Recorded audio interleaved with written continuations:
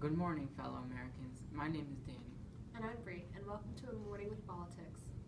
How are you doing out there financially? Because if you're like most teenagers in this fine country, you make minimum wage. But that's okay, because all you need for money is Starbucks, short shorts, and concert tickets. Unlike those of you who can rely on your parents to make sure that you don't dive head-on into credit card debt, some adults must live entirely on the $7.25 an hour. And that means raking in $290 for a 40-hour week has to cover everything from electric to cable to gas to phone, mortgage, water, food, and etc. And that's if you don't live with anyone else who depends on you to bring home the cash, and that's including the taxes. So naturally, what do Americans do when they want something done? That's right, we take to the streets and complain in mass quantities. Just 2 weeks ago, the International Food Labor Union organized large protests worldwide, spreading across 6 continents, 126 countries, and 12 million employees.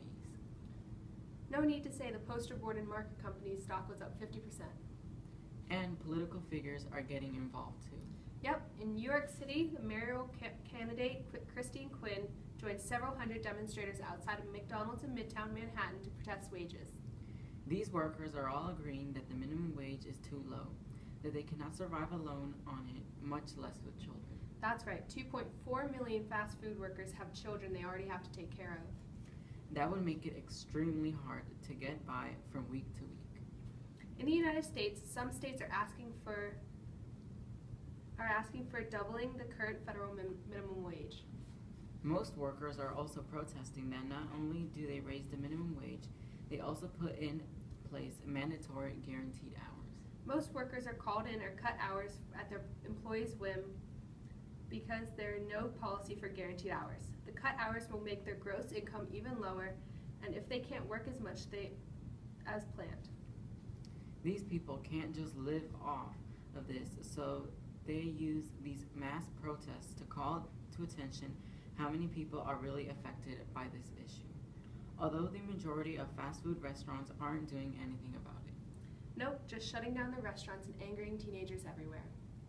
But the government has answered. Congress is proposing a bill to raise the federal minimum wage.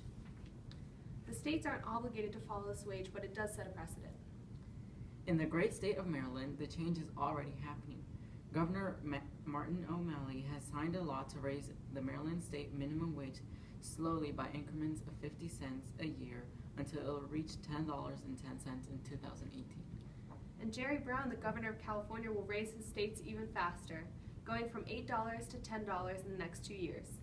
So it seems that if other states start changing their laws, it will only be a matter of time before justice is given to the hard-working minimum wage employees, and the fast food restaurants will have to listen to these laws.